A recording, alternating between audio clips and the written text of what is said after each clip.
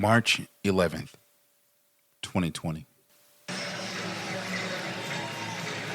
Something that we just continue to try to wait for to get information. But both teams have gone back to the locker room. Utah is no longer on the floor. The Thunder are no longer on its bench. The officials have gone back to the locker room. The fans here in the arena don't know what's going on. We don't know what's going on.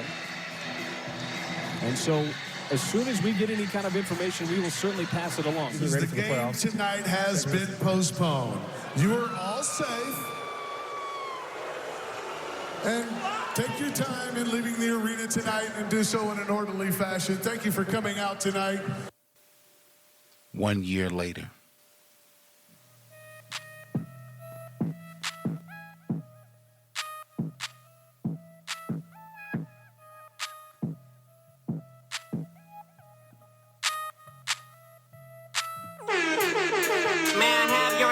Please. Yo, welcome back to another episode of Carolina Sports Talk. It's your man, Big Cliff. As always, you can find us on Apple Podcasts or wherever your podcasts are available. Make sure to hit us up on the Carolina Sports Talk line, Cliff at carolinasportstalk.net, and follow us on Instagram at Carolina Sports Talk. The announcer, as they were leaving the gym, said, "You're all safe." When in reality, we know that that was a lie. The last year has been a tumultuous time for our country, for each of us, with the loss of life, over 500,000 lives lost. It's been a time period that a lot of us have learned a lot about ourselves, a lot about our thoughts, our desires. We learned how to love. Some of us, we learned how really who we are and what we're made of. Carolina Sports Talk is proud to reflect on the last year and just to experience what its effect has really had on us.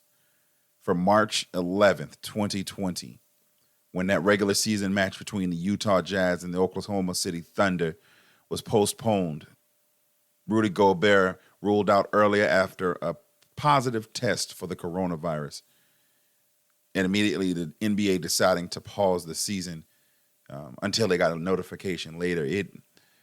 It was something that we all kind of took for a joke at first, the same way that Rudy Gobert took it for a joke and was touching all over the microphones, and just the uncertainty that we all had at that point on what it really was.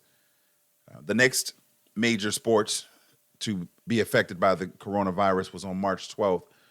The NHL, followed by delaying their season. MLB suspended spring training, saying that they would postpone the 2020 season for at least 2 weeks. But again, with that lack of knowledge, everybody was just not sure what was to come. Major League Soccer, even with their season 30 days away, they postponed. Vince McMahon's professional football league, the XFL, ended its first season prematurely. They played only 5 weeks on a 10-week schedule. And on March 12th, that concluded. University conferences all across the country, the basketball tournament conferences were canceled. Players pulled off the courts during warm-ups. Even one game stopping before it finished. It had actually already started. Later that same day, on March 12th, the NCAA tournament was canceled, the men and the women's. The cancel cost the NCAA $2.5 billion in revenue. A year ago, it was at that moment that Big Cliff realized for them to give up that kind of money, it had to be serious. And yet still, even then, I didn't understand the severity of what was to come. On March the 13th, 2020, the PGA canceled the Players' Championship and all tour events for the next couple of weeks. NASCAR stated that they would postpone 8 regular season races with everything coming up moving forward with the pandemic.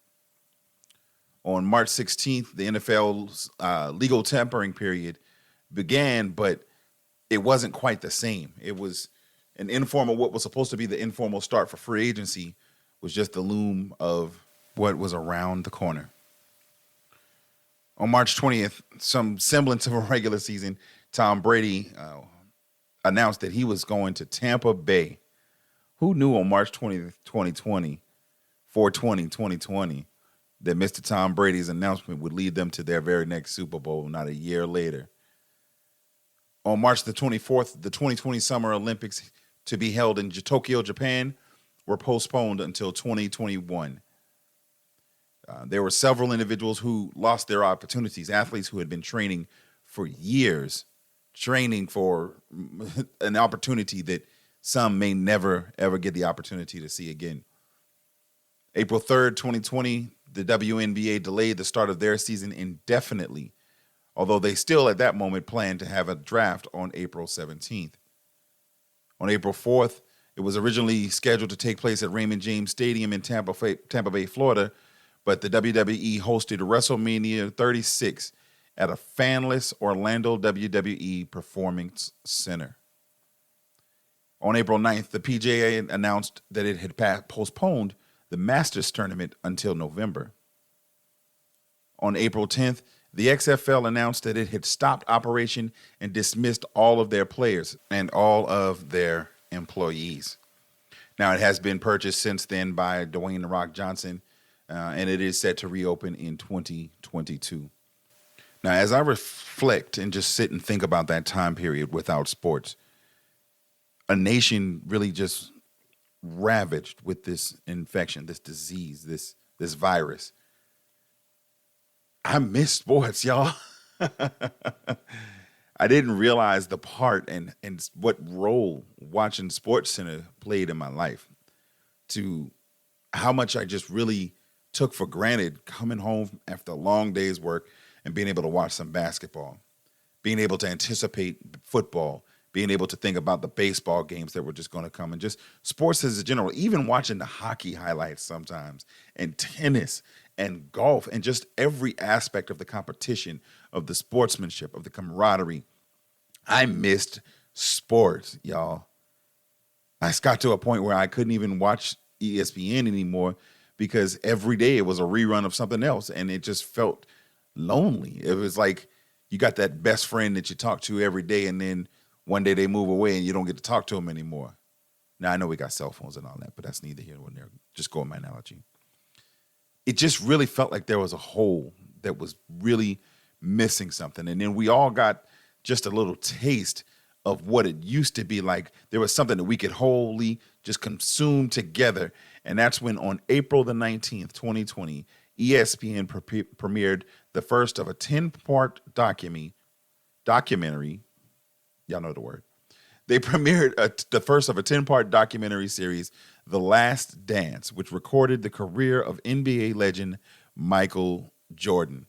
The series was originally scheduled to debut in June, but they moved it up knowing that we were thirsty, we were hungry, and in true form, we consumed it. We learned more about Michael. We felt connected to sports, and although it was a memory, although it was a thought that we had had before, it was sports again. To be able to delve deeply, I mean, my entire social media was enveloped in The Last Dance because it was what? The return of sports for us. Not long after that debut, we had another taste of what was to come. And on April 23rd, the 2020 NFL draft was held virtually with Roger Goodell announcing the picks from his home. Cincinnati Bengals at that point selected the LSU quarterback Joe Burrow with the first overall pick.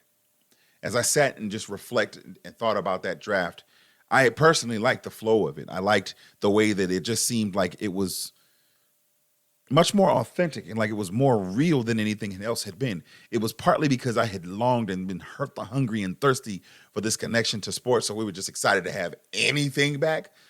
But it gave an opportunity to see everybody in their homes. We know that during the NFL draft, there are some and several players who choose to be with their loved ones and family members, and that's dope. I mean, it's cool. We got an opportunity to see everybody in that light this time because everybody was being home. It was an opportunity for us to peek out of our windows of being in our quarantine zones, whether it be at home or with family or wherever we were, and to actually see some side of normalcy, to see other people. During that time of isolation, there were so many people across this country that were just hungry for that connection. And although being virtually, it was just a placation that allowed us to really feel like we were still a part of something bigger than just sitting in our homes. At that point, a lot of us had only begun to really realize what this was, but we still had so many questions with not knowing when the pandemic would end, when we were going to be able to be safe to see our family, when we were going to be able to start traveling again. We just didn't know so much at that point, but there was yet still more to come. The date, May the 9th, 2020. The UFC hosted UFC 249 in Jacksonville, Florida. It was the first major sporting event to resume after the start of the COVID-19 pandemic. No fans in attendance, but they hosted an event. It was the first time that we had live action sports again in months. For me, it seemed like an opportunity to feel like, oh man, we might actually be getting through this. We may be possibly beginning to get to a point where this might be over soon. Even on May the 17th, watching the first NASCAR race at the Darlington Motor Speedway in Darlington, South Carolina, I said, oh man, they got big old events going on in my state. They got it. We're here. The pandemic is almost over. We're almost through with this. Even when on June the 4th, 2020, the NBA and its Players Association approved the different 22-team restart in Orlando in late July, a neutral site hosted by the entire NBA and would be the site of the NBA playoffs, later to be known as the NBA bubble. It seemed like, hey, if sports are coming back, everything is going to be all right. We're getting ready to go back to some sense of normalcy. On June 11th, 2020, the PGA returned to action after 89 days of rest, and they returned to the Charles Schwab Challenge in Fort Worth, Texas. The event was won by Daniel Berger. Everything was finally starting to come to some type of return after hungry and being thirsty for sports. We're finally getting it, y'all. June 15th, the WNBA announced that they were going to have their own bubble, as some would call it the Wubble, and they would also begin in late July at the IMG Academy in Bradenton, Florida. Finally, MLB owners, after failing to negotiate with the Players Association, they chose to host a 60-game season starting in late July. July 27th, the National Women's Soccer League kicked off the Utah Cup Challenge Tournament, which was a revival of team sports in the United States. It was the first time that we were actually able to get some new sports going on. And we thought, here we go. It's almost done. Y'all, for me, it's this time period became a little bit more personal. As I was just kind of excited for everything going on, I made a mistake and I went into a gas station without my mask on, and I contracted COVID-19. It messed me up, landed me in the hospital, in the ICU, and I thought that I was going to die. In an ICU bed, they turned on sports. It's almost like if they knew who I was. And on July 8th, laying in a hospital bed, I listened to the sounds of the Major League Soccer with their Startback tournament. The MLS is back. They held it at the ESPN Wide World of Sports Complex in a 1-month tournament that was actually won by the Portland Timbers. But throughout that time, several players did, in fact, test positive for the coronavirus. As a survivor of the virus, I can tell you that in that moment, laying in my hospital bed, sports was one of my connections to my life. In that moment that I thought I was gone, it was one of the things that I held on to pull me back. Of course, family, faith, all of the great things, of course, but sports was there. To be able to listen to that and to see these athletes, these professionals, these humans connecting to one another, connecting to all of us across the country who were hurting, people whose family members had died, those of us who are survivors, who were lucky enough to have had that hurt, had that pain, had that experience, and yet still be alive, to celebrate us, to celebrate all of the frontline workers who put their lives at risk daily to take care of their neighbors, to take care of strangers, to take care of people in their cities, to just put everything on the line for others. These athletes went out and put their talents on display just to entertain us, to allow us to have some semblance of normalcy, to have us have that opportunity to return to something that we love so much, the sports that are the backbone of this country. It gave people hope. sports gave us something to root for. On July 23rd, 2020, the Washington Nationals faced the New York Yankees in the first match of the 2020 MLB season. The first pitch, thrown out by Dr. Anthony Fauci, the director of the National Institute of Allergy and Infectious Diseases, the face to many people of the pandemic, was the first pitch thrower. It just meant a lot at that point to see somebody who knew and understand, and for him to kind of be there and made it feel like it was okay. Made it feel like it was okay to start back. It was okay to start moving forward. And I really believe in that moment, it's what we as a country needed. The next day on the 24th, games tip for the WNBA bubble.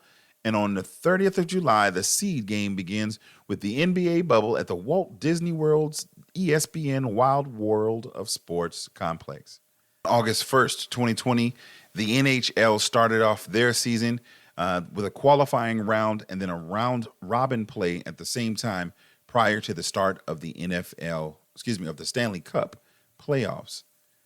Now, we also know that in the midst of our country trying to restart, with everything still being shaky, with there being so much quarantine and so much isolation, there was a lot of turmoil as well. On August the 26th, 2020, an unarmed black man named Jacob Blake was shot by police in Kenosha, Wisconsin. As a result, the Milwaukee Bucks protest their first-round match against the Orlando Magic. In a semblance and just very similar to how sports began to be that hope, it also became a reflection to see their brothers and their sisters being shot and killed, to see so many of us being harassed in the streets. The players said enough was enough. They used their platform, they used their fame, and they threatened people with their money to bring attention to it. The WNBA, the MLS, MLB teams, and other NBA teams, they followed with walking out. The very same hope that they began to give us back with the return of sports, they used to enlighten us. They used in an opportunity to allow us to see the things that some of us don't want to see. It's not okay to shoot people because they're black. Our lives do not mean less because you say it does, because you don't have that respect. The rest of the bubble is at a loss, and the entire NBA chooses to continue the playoffs only after a few days. Conversations are established, conversations begin, ears have to listen, mouths speak, and to a level that has never been reached at a national level before. We can debate the effects and or whether or not some may believe it works. We can say what we want, but at the end of the day, Black Lives Matter, and that message was carried out. Later on in the year, September 10th, 2020, the defending Super Bowl champion Kansas City Chiefs, in front of a limited number of fans, defeat the Houston Texans 34-20 in the first match of the 2020 NFL season. We got football back, y'all. It's at that moment that things started to seem kind of okay. We know that even now in March of 2021, we're not out of the woods. We haven't yet gotten to a point where this pandemic is over, but through the actions of so many throughout the time and the awareness that was able to be brought through and brought forth by sports, we began to get some sense of normalcy, some semblance of what is supposed to be our world, our country, our environment. On October the 6th, 2020, the Seattle Storm complete the sweep of the Las Vegas Aces to win the WNBA title. After two initial positive tests during the quarantine period, the WNBA bubble ends without any additional COVID-19 cases. A few days later, on October the 11th, 2020, the Los Angeles Lakers defeat the Miami Heat in 6 games to win the 2020 NBA Finals. The Lakers championship marks the fourth of LeBron James's career, and the NBA bubble ends without one positive COVID-19 test. The same couldn't be said for the Major League Soccer Although they were able to complete their 2020 season on December 12th with the Columbus Crew defeating the Seattle Sounders, they lost 20% of the league players during the season due to the coronavirus. On December 22nd, 2020, the NBA began its regular season with games in the home arenas. Some of the teams were even able to host fans in their home arenas. Each team was scheduled to play 72 games using the COVID-19 protocol. Just a few short weeks later, on January the 11th, 2020, Alabama defeated the Ohio State University 52-24 in the college football playoff championship game. Throughout the course of the NCAA football season, some games were canceled or postponed for players and coaches who tested positive for the coronavirus. But they finished college football, y'all. On February 7th, another season was able to finish with the Tampa Bay Buccaneers defeating the Kansas City Chiefs 31-9, with the game taking place in the Buccaneers' home stadium. Now, y'all know how we feel about football over here at Carolina Sports Talk, and make sure you hit us up on the Carolina Sports Talk line, Cliff at carolinasportstalk.net. But football allowed us to have the most close effect that we could have to reality, to a normal sense. And although February was just literally last month, it feels like there's so much more that we have left to go, and so far that we've come from, that we just got to take a pause and take a moment to reflect on what sports have meant to us during this pandemic. Even as the NBA hosted on March the 7th, the All-Star Weekend in Atlanta, there were some who were still torn with regards to whether or not they should even have All-Star Weekend. It's been a full year, yes, but there's so much more left to do. With the rise of the vaccine and with the rise of people becoming vaccinated, even with some of the vaccinated healthcare professionals being allowed to attend the All-Star game as a whole, it's important that we all do our part to make sure that this pandemic ends. We've lost so many people from the sports world, from entertainment, in our families, in our neighborhoods, in our schools, on our jobs. As we reflect, let's do our part to move forward from this pandemic. Sports allow us that opportunity to draw closer, to come together, to root for something that's bigger than us, somebody who has amazing talent, or teams that have been there because they've been the teams of our fathers and grandfathers and uncles and aunts and moms and sisters. It gives us an opportunity to draw closer to one another and root for the good old team, or as baseball says, root for the home team. We're almost there, you guys. 1 year later from the shutdown, sports has played an integral part in allowing this country to rebound, allowing this country to come forward and move forward in our lives and begin to be who we are going to be for the rest of our lives. Let's do our part. Let's wear our masks. Let's get vaccinated. It's your boy, Big Cliff. I appreciate you for tuning in. We got a surprise for you before the next show, and so stay tuned to the socials. Make sure you hit us up at Cliff at carolinasportstalk.net and just wherever you get your podcasts, because Carolina Sports Talk has a little surprise for you. Once again, it's your man, Big Cliff. Thank you for tuning in. Peace.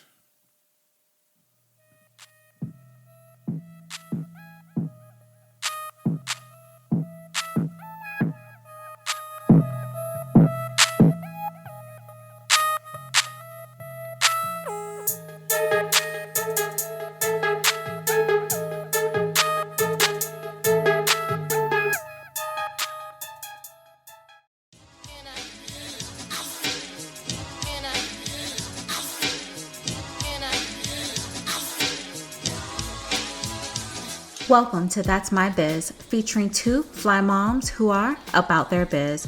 Join me, Pamela, and my homegirl Ginger as we share the crazy ins and outs of juggling life, motherhood, relationships, entrepreneurship, and all that in between. Make sure to check in with us every Tuesday for a new episode and follow on your favorite podcast app so you don't miss a beat.